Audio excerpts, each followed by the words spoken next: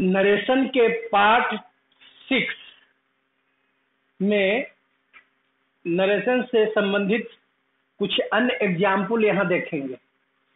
यह नरेशन का अंतिम पार्ट है और बहुत ही रोचक है। जो हम एग्जाम्पल लाए हैं 19 क्वेश्चन है, इसको ध्यान से समझेंगे और पीडीएफ तो आपको अपलोड करिए दिए हैं, वो आपको नरेशन के पार्ट 1 में पूरा पीडीएफ है, टोटल मिलेगा। तो चलते हैं नरेशन से संबंधित कुछ अन्य एग्जाम्पल। इससे पहला है ही said to me welcome. RS में क्या है? वेलकम। तो इसी वेलकम को सिर्फ क्या कर देना है? वर्ब के रूप में बना देना है। तो सेड पास्ट में है तो इसको पास्ट में कर देंगे, तो क्या हो जाएगा? ही वेलकम्ड, इसके साथ मी जोड़ देंगे। अगला है she said to Rahul. She said to Rahul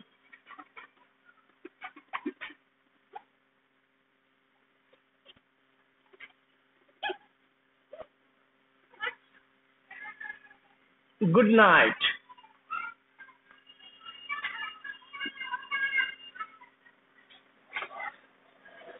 तो ये सब अभिवादन के शब्द है, good night, good morning, good evening. तो इसमें क्या कीजिएगा कि अभिवादन वाले शब्द जैसे नमस्कार भी रह सकता है, तो इसमें बिड कीजिएगा। तो बिड का दूसरा रूप बेड, बेड लिख सकते हैं आरभी को, या विश्ड लिख सकते हैं, बेड या विश्ड। तो ही बेड या विश्ड राहुल गुड नाइट, इसमें अंत में जोड़ देंगे गुड नाइट। अगर गुड मॉर्निंग है तो बेड या विश्ड आरभी को चेंज कर देंगे और अंत में इसको लिख देंगे। He said to me congratulations, बधाई दे रहा है, तो सीधे कॉन्ग्रेचुलेशन को भर बना दीजिएगा। तो ही कॉन्ग्रेचुलेटेड मी, ठीक है। He said to me good morning, देखिए अभिवादन वाला था good night, good morning, hi, bye, bye bye, good bye, जितना भी अभिवादन के शब्द है उसमें आरभी को बीड में चेंज कीजिएगा, तो या विश में। तो बीड का पास्ट टेंस बेड, अब विश का past tense wished.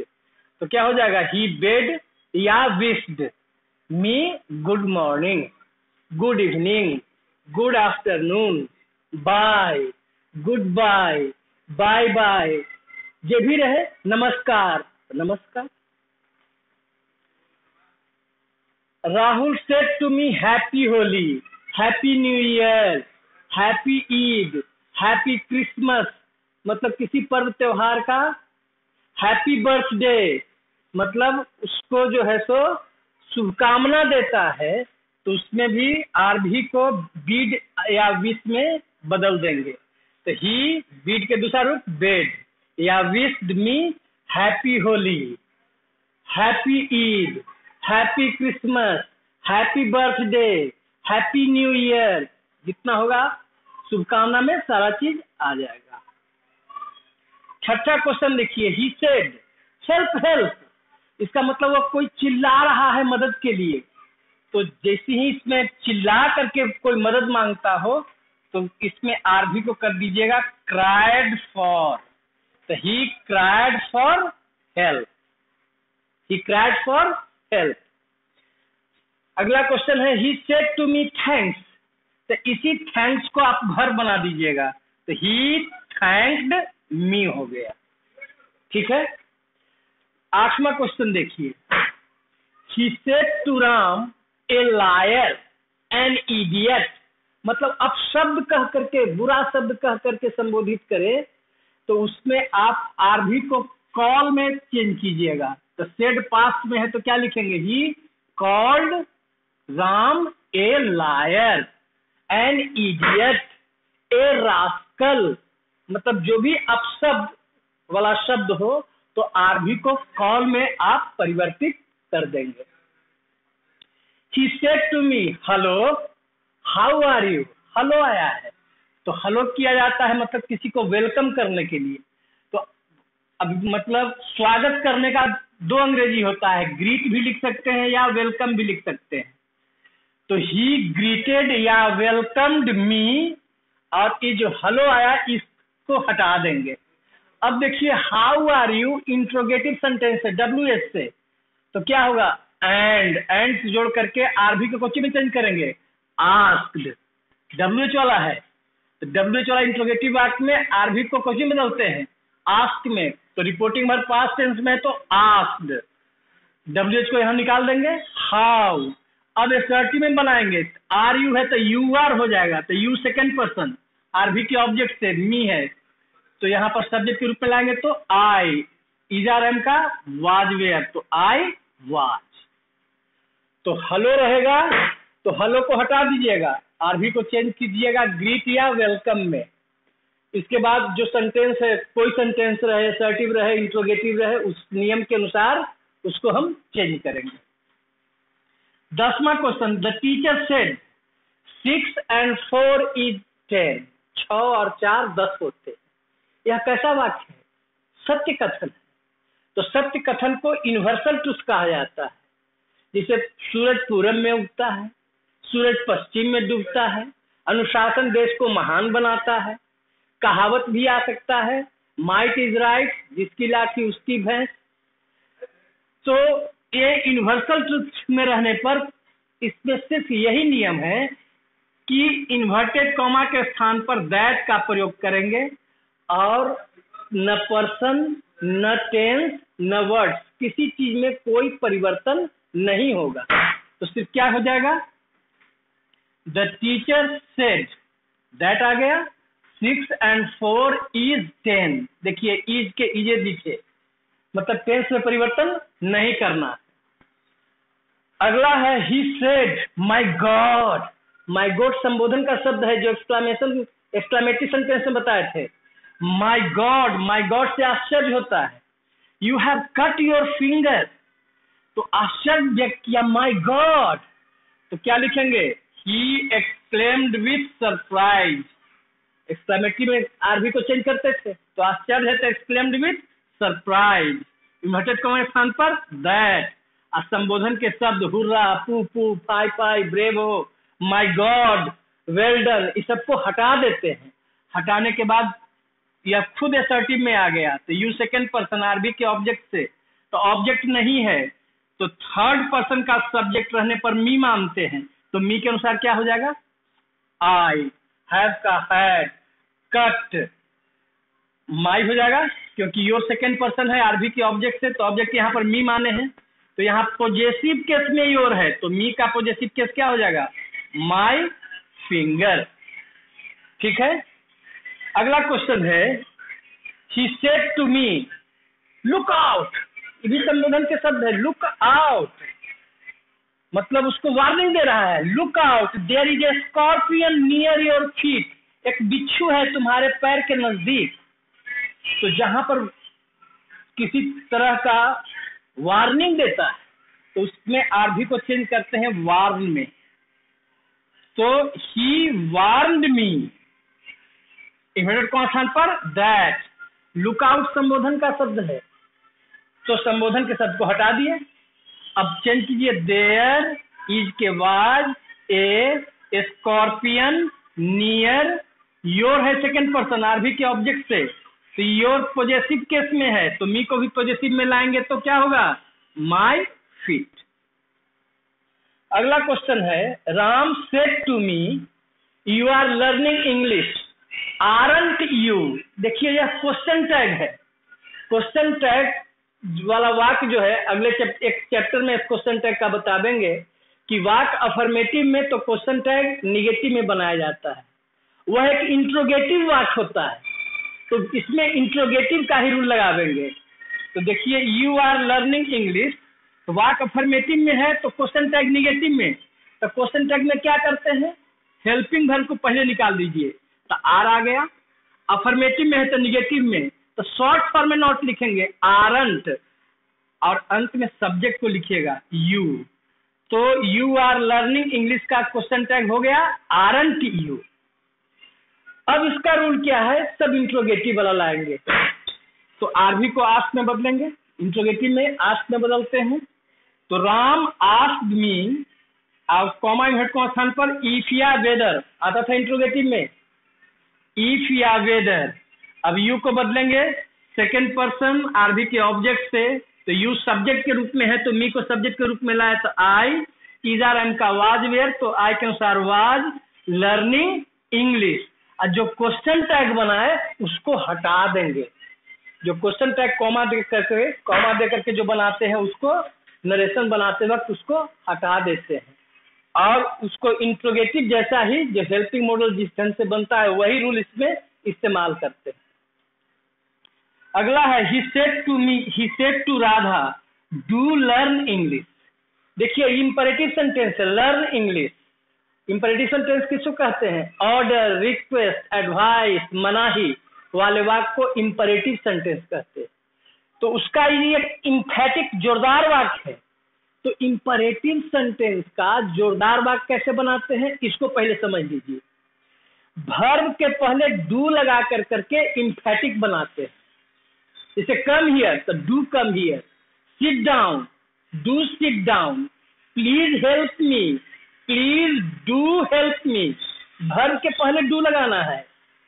Please come please do come, learn English do learn English, learn English का इम्फेटिक डू लर्न इंग्लिश। तो आप देख रहे हैं कि यह इंपरेटिव सेंटेंस का इम्फेटिक वाक्य है। तो इसको बिल्कुल इंपरेटिव सेंटेंस जैसा बनाइएगा। डू लर्न इंग्लिश कह रहा है अंग्रेजी अवश्य सीख लो, अवश्य हिंदी हो जाता है। तो एक तरह से क्या दे रहा है उसको क्या कर रहा है? एक तरह से एडवाइस दे रहा है। तो आरबी को एडवाइस में बदले, तो ही एडवाइज राधा। अब देखते हैं इन्वर्टेड कॉमा स्थान पर टू लगता है, टू लग गया। आई एम्फेटिक जो डू से बना इसको हटा दीजिए, डू हट जाएगा, बाकी जोड़ दीजिए टू लर्न इंग्लिश। तो इम्फेटिक सेंटेंस जो इंपरेटिव सेंटेंस का होता है, इम्फेटिक कैसे बनाते हैं? वर्ब के पहले डू लगा करके, और नियम बिल्कुल इंपरेटिव वाला ही है। आरबी को आप सलाह देगा तो एडवाइस, ऑर्डर देगा तो ऑर्डर, रिक्वेस्ट करेगा तो रिक्वेस्टेड, इन्वर्टेड कॉमा के स्थान पर टू, और डू को हटा दीजिएगा, जो इम्फेटिक में डू लगता है उसको हटा करके टू के साथ उसमें जुड़ जाएगा। ठीक है। अगला क्वेश्चन है he said this is my duty. अब देखिए एसर्टिव सेंटेंस का नरेशन है, सब्जेक्ट प्लस वर्ब से शुरू हुआ है। सब्जेक्ट है दिस, तो सब्जेक्ट प्लस वर्ब मतलब कौन सा सेंटेंस? Assertive sentence. तो देखिए एसर्टिव सेंटेंस में आरबी को सेड में छोड़ दिए, तो ही सेड इन्वर्टेड कॉमा स्थान पर दैट। अब देखिए दिस के साथ वर्ब आया है, तो चेंज ऑफ वर्ड्स में हम बताए थे कि दिस के साथ यदि वर्ब रहे तो दिस चेंज नहीं होगा, और दिस के साथ नाउन रहे, जैसे this boy, this book, this pen, तो दिस को दैट में, दिस टाइम तो दैट टाइम हो जाता है। लेकिन दिस के साथ वर्ब रहने पर दिस चेंज नहीं होता है। तो ही सेड दैट, दिस को चेंज नहीं किया, इज को was, my first person RB के सब्जेक्ट से, तो माई पॉजेसिव केस में, तो ही को भी पॉजेसिव केस में लाएंगे तो क्या हो जाएगा? He duty. ठीक है। अगला है ही said to her I cannot bear your coming late. ये भी देखिए असर्टिव सेंटेंस में है, आई सब्जेक्ट है, कैनॉट वर्ब है, तो असर्टिव सेंटेंस का नरेशन वही रूल चलेगा।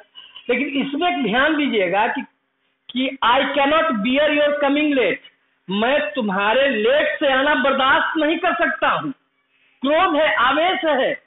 जब क्रोध का भाव व्यक्त हो असर्टिव सेंटेंस से, तो वर्ब आरबी को वार्न में सिर्फ चेंज कर दीजिएगा और कुछ नहीं, बाकी असर्टिव का ही रूल चलेगा। तो क्या हो जाएगा? He warned her, inverted comma स्थान पर that, I first person RB के सब्जेक्ट से, तो ही, कैनॉट का could not, bear your second person her से चेंज करेंगे, तो योर पॉजिटिव केस में तो हर का पॉजिटिव केस हर ही होता है, हर कमिंग लेट। तो ये असर्टिव सेंटेंस से जब क्रोध या आवेश हो तो आरबी को खाली वार्न में चेंज कर देना है, बस बाकी सब असर्टिव का रूल लागू रहेगा। अगला देखिए, माई father once said to me if you do not work hard then I cannot help you. यहाँ देखिए असर्टिव सेंटेंस में इफ लगा हुआ है। इस इफ का मतलब है अगर या यदि, तो यह असर्टिव सेंटेंस में है। तो असर्टिव सेंटेंस यदि इफ से शुरू हुआ हो तो इफ को हटाना नहीं है, इफ को रखना होगा, और असर्टिव सेंटेंस जैसा इसको बनाएंगे तो क्या हो जाएगा, my father once told me. RV का ऑब्जेक्ट है तो से को टेल में बदलते हैं, तो पास्ट टेंस में है तो टोल्ड हो जाएगा। तो my father once told me inverted comma स्थान पर दैट। इफ, यहाँ इफ का मतलब यदि या अगर। इफ अब चेंज कीजिए, यू सेकेंड पर्सन, आरवी के ऑब्जेक्ट से मी है तो आई आ गया सब्जेक्ट के रूप में। डू नॉट का did not, work hard, then I first person RV के सब्जेक्ट से माई फादर के लिए ही लावेंगे, ही। कैनॉट का could not, help you, you second person RV के ऑब्जेक्ट से मी है तो यू यहाँ ऑब्जेक्ट के रूप में है तो मी को ऑब्जेक्ट के रूप में जब रखेंगे तो क्या हो जाएगा, ऑब्जेक्ट के रूप में रखेंगे तो यहाँ मी ही हो जाएगा। यू वर्ब के बाद आ रहा है तो ऑब्जेक्ट के रूप में है तो यू सेकेंड पर्सन आरवी के ऑब्जेक्ट से, तो ऑब्जेक्ट के रूप में मी है तो यह ऑब्जेक्ट के रूप में यू है तो मी को भी ऑब्जेक्ट के रूप में लाएंगे तो मी होगी। ठीक है। 18 नंबर क्वेश्चन, इफ वाला वाक्य आपको दो गो दिए हैं, दोनों काल्पनिक वाक्य है। काल्पनिक वाक्य मतलब ऐसा होना संभव नहीं हो। काश, काश मैं चिड़िया हो जाऊं, काश मेरे पास एक कार हो जाए। कोई गरीब आदमी बोलता है काश मेरे पास एक गरीब हो जाए, तो काल्पनिक वाक्य का मतलब होता है कि वह कार्य होना संभव नहीं हो। तो उसको कैसे बनाते हैं, दो क्वेश्चन दिए हैं। She said, if I were a bird, यदि या काश मैं चिड़िया हो जाऊं, तो यहाँ पर उसकी इच्छा को व्यक्त करता है तो आरवी को विश में चेंज कीजिएगा तो क्या हो गया, she wished, इन्वर्टेड कॉमा के स्थान पर दैट। ठीक है। और काश वाला वाक्य में जो काल्पनिक इफ है, इस इफ को हटा देंगे क्योंकि यहाँ इफ का मतलब है काश, इफ को हटा दीजिएगा, इफ हट गया। फिर आई फर्स्ट पर्सन आरवी के सब्जेक्ट से तो सी हो गया। अब वेयर को वुड बी में चेंज कीजिएगा, वुड बी, वेयर को किस में चेंज करना है, वुड बी ए बर्ड। अब एक और एग्जाम्पल है, he said if I had a car, काश मेरे पास एक कार हो जाता। तो इसमें क्या करना है, इच्छा व्यक्त कर रहा है तो विश में ही चेंज करेंगे तो क्या हो जाएगा, ही विश्ड, इन्वर्टेड कॉमा के स्थान पर दैट। और ये ध्यान रखिएगा कि इफ वाला वाक्य यदि काल्पनिक हो तो उस इफ को हटा दिया जाता है। हटा दिए इफ को। अब आइए, आई फर्स्ट पर्सन आरवी के सब्जेक्ट से तो क्या हो गया, आई है तो फर्स्ट पर्सन सब्जेक्ट से तो यहाँ पर क्या हो जाएगा, ही सब्जेक्ट है, ही। और हैड को किसमें चेंज कीजिएगा, वुड हैव में। याद रखना है, वेयर था तो किसमें चेंज किए थे, वुड बी में, वेयर को वुड बी में और हैड को वुड हैव में। ठीक है, वुड हैव ए कार। तो काल्पनिक वाक्य इफ का मतलब यदि या अगर हो तो इसको रखेंगे, उसको साथ रखना है। लेकिन इफ वाला वाक्य काल्पनिक हो, यदि मैं चिड़िया हो जाऊं, यदि मेरे पास बहुत पैसा हो जाए, तो वैसी काल्पनिक वाक्य में इफ को हटा देना है। इफ हट जाएगा, उसमें वेयर को वुड बी में चेंज कीजिएगा और हैड रहेगा तो वुड हैव में चेंज कीजिएगा। तो यह 19 जो है क्वेश्चन जो था, कुछ महत्वपूर्ण एग्जाम्पल था, इसको अच्छा से रिवाइज कर लीजिएगा। इस जो आपका छठा पार्ट 6 है, इसको 2-3 बार लगातार देखिएगा क्योंकि ये सब बहुत इंपॉर्टेंट चीज है। तो इस तरह से आपका नरेशन पूरा अध्याय जो है सो समाप्त होता है और हम आशा करते हैं कि आप मेरे चैनल को लाइक कीजिएगा, सब्सक्राइब कीजिएगा और शेयर कीजिएगा। धन्यवाद।